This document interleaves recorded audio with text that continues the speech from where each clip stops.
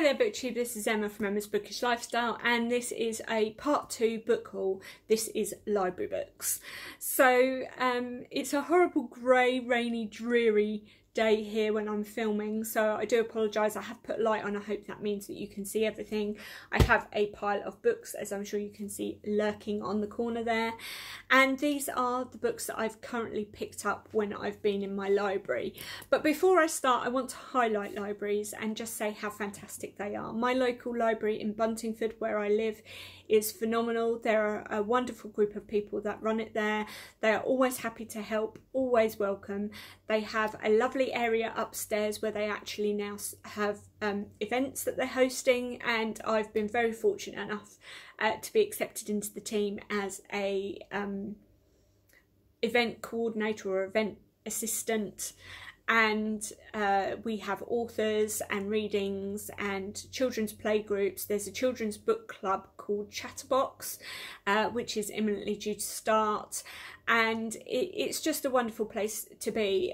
We had to fight tooth and nail to keep it. We almost lost it.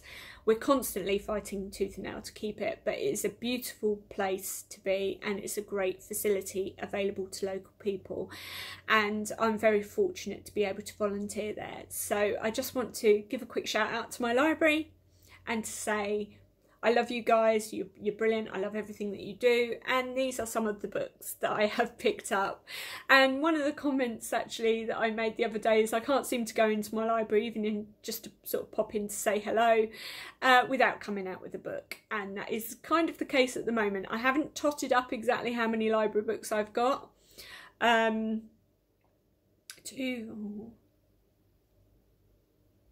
I think I've got 11 at the moment, but they very kindly said to me, don't forget you can have up to 30 books.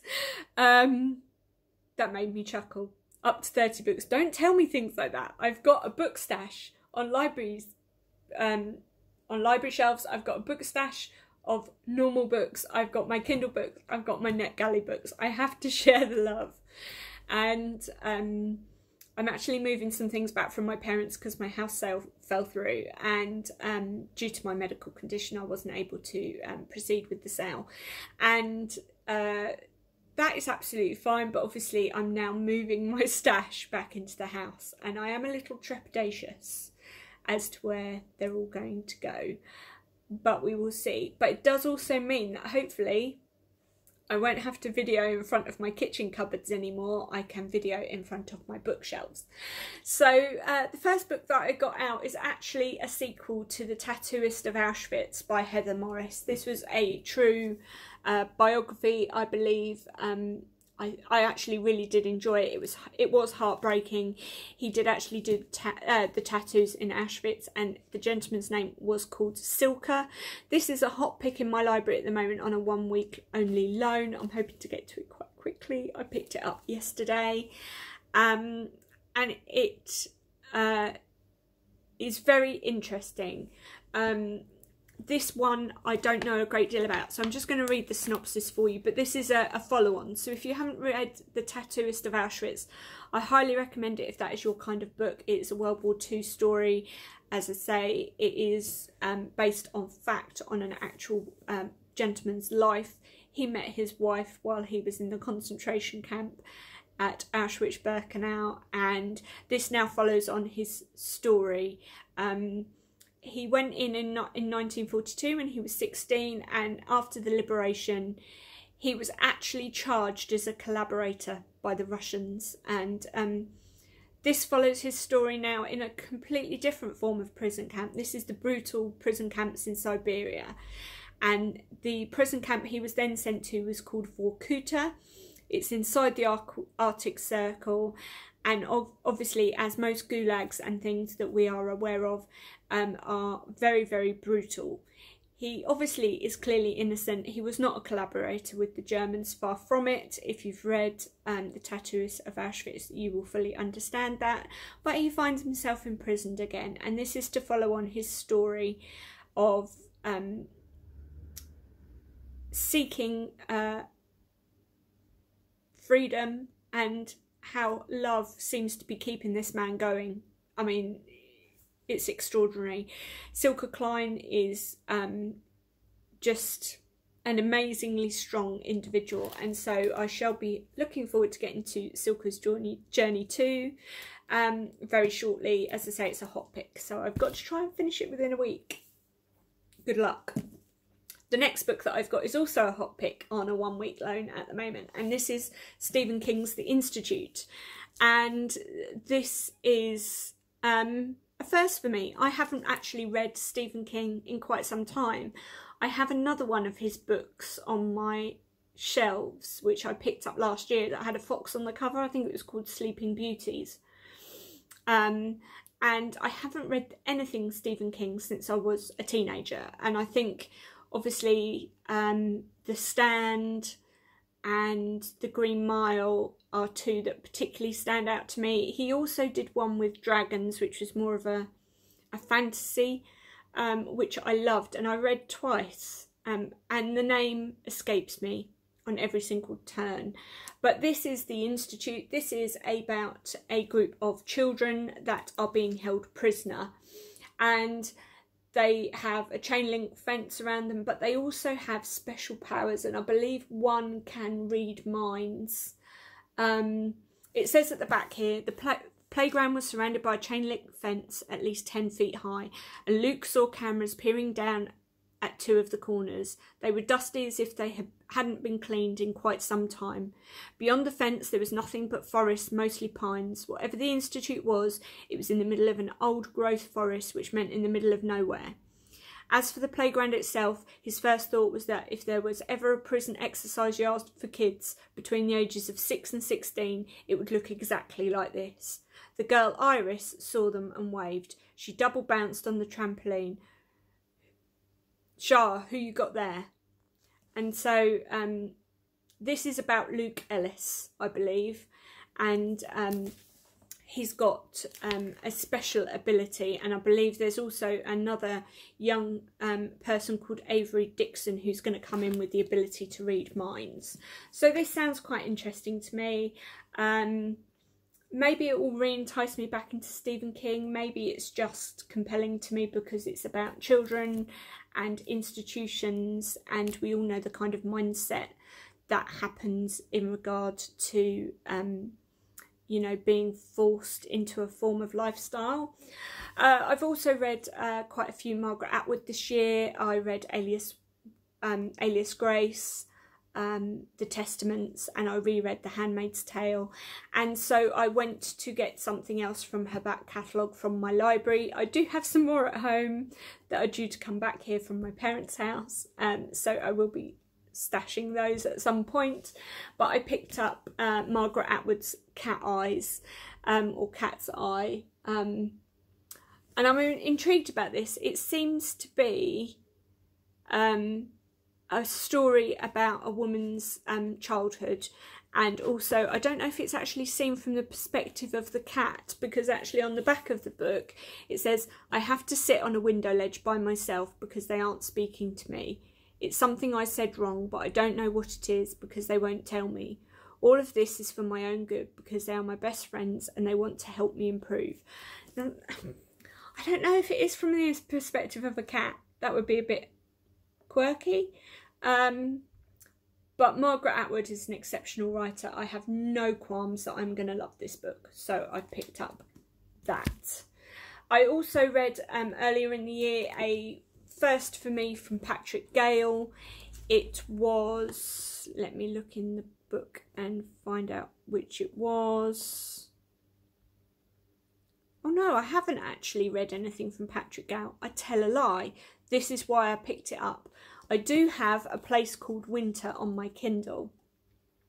But as I think I've said to you before, I'm really enjoying sort of actual physicality books. So I picked up Patrick Gale's Take Nothing With You, which I believe is again about a child, Eustace, and his existence. He lives with a group of elderly aunts, and what happens when a cello teacher enters his life, and the effect that that friendship and music has on him. So I'll be interested to see what this is like. And A Place Called Winter is sitting on my Kindle.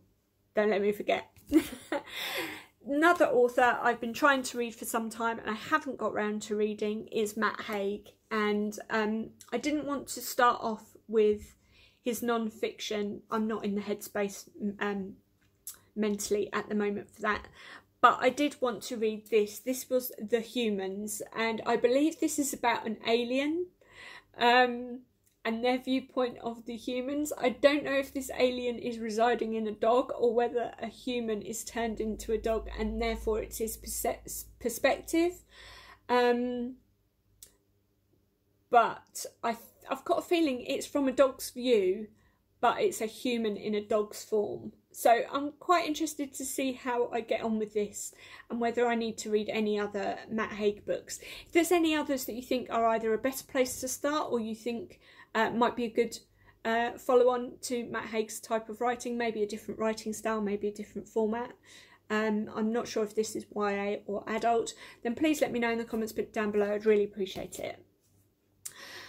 Jodi Picoult is an author that I've read on and off throughout my life. I think she did My Sister's Keeper, if I'm correct. And she often looks at life from a slightly different, that's it, My Sister's Keeper.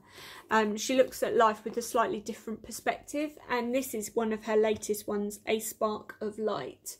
And this is, I believe, a story relating around a family that has been affected by a gun incident. So this says at the back, a lone gunman takes the woman and doctors at a controversial abortion clinic hostage. Nobody has ended up there by choice. As the tense negotiations for their release unfolds, hour by crucial hour, back in time through the day that brought the hostages and their captor to this moment, every certainty is questioned, every judgment thrown into sharp relief. Because matters of life and death look very different when you or the ones you love are staring down the barrel of a gun. Wow, I mean that sounds quite powerful. As I say, I read My Sister's Keeper, and that was very powerful, and it was adapted beautifully as a screenplay, as a film. So I'm looking forward to getting to this as soon as I can. Another author I've read quite a few of and is historical fiction is Philippa Gregory, and I've got quite a few of her Henry VIII books that I am collating on my bookshelves that I need to get to. I think because I know quite a bit about Henry VIII, the fictionalised story of his wives, although interesting, is sort of more of a comfort, cosy sofa type read that you just want to go back to, characters that you know a bit about but maybe find out a little bit more about. Obviously she writes from a historical fiction perspective, so it's not all based on historical fact, but she does draw on information that she has sourced. This is The White Princess. Now I don't think I've read this, so I've got this out, and looking at the back I definitely don't think I've read this, because this is in regard to Bosworth Field, when Henry Tudor picks up the crown, and this I believe is the marriage of himself to Elizabeth of York, to try and obviously clarify the War of the Worlds? Different book, Emma. War of the Roses. But she clearly is still in love with somebody else, and I believe Henry Tudor believes that's his enemy. So it's a very beautiful book. It's got some gold foiling on it. So I look forward to getting to this. A little bit of historical fiction, a little bit light-hearted, maybe a little bit of sort of obviously romance involved in there. So another author that I haven't read in ages that I've picked up from the library is Anne Rice, and I absolutely adored the Vampire Chronicles, Vampire Lestat, Interview with the Vampire. Adored the film adaptation. I know people aren't necessarily big fans of Tom Cruise in the Lestat character, and we all fell in love, of course, with Brad Pitt's Louis, and I forget the gentleman's name. Is it Antonio Banderas who plays Armand? I think it is. I mean, beautiful men to be beautiful vampires. I mean, you can understand why things like the Twilight saga kind of can draw people in, but these were the originals for me. These were my first vampiric loves, and I haven't read all of them. I stopped at the Vampire Armand, and then I read the New Tales of the Vampires up to Vittorio. I didn't read beyond that because they then coincided with a separate series which was in regard to the Mayfair Witches, and I didn't get on so well with that series. There was one book, I believe, The Tale of the Body Thief, that was quite biblical when Anne Rice wrote it, and I did struggle with that. However, I did manage to complete it. She has done a new series of Prince Lestat, and there are 3 books in the series. I don't think they need to necessarily be read in any kind of order, so I've skipped a couple, and I've picked up Blood Communion, A Tale of Prince Lestat. Now, I believe he's now in an ancestral chateau on a mountain. He's got followers. He's hoping to obviously instill his ideologies, hopes and peace amongst the vampire kind. But there are rebels in the midst. And so I'm looking forward to seeing if I still love Lestat. Not so much Tom Cruise Lestat, but Lestat. He was extremely charismatic, and I thoroughly enjoyed it. I have read 2 books from this author that I'm now about to do, and this is my final book from my book haul. Apologies, another long video. And this is Kristin Hannah, who wrote The Great Alone and The Nightingale. And I really enjoyed them. This is True Colours.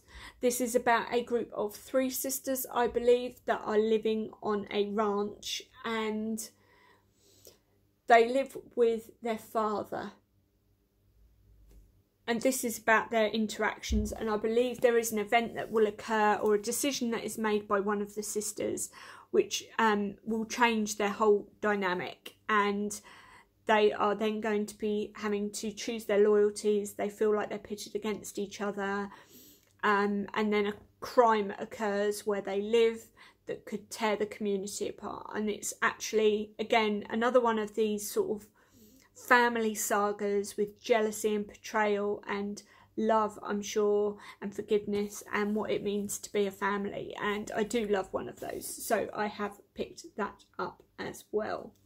So those are my library book hauls. I hope you enjoyed them. Let me know obviously down below if there's any books that you recommend that I pick up at any point based on the selection that I've shown you. I think it's quite a good in-depth cross-section of genres.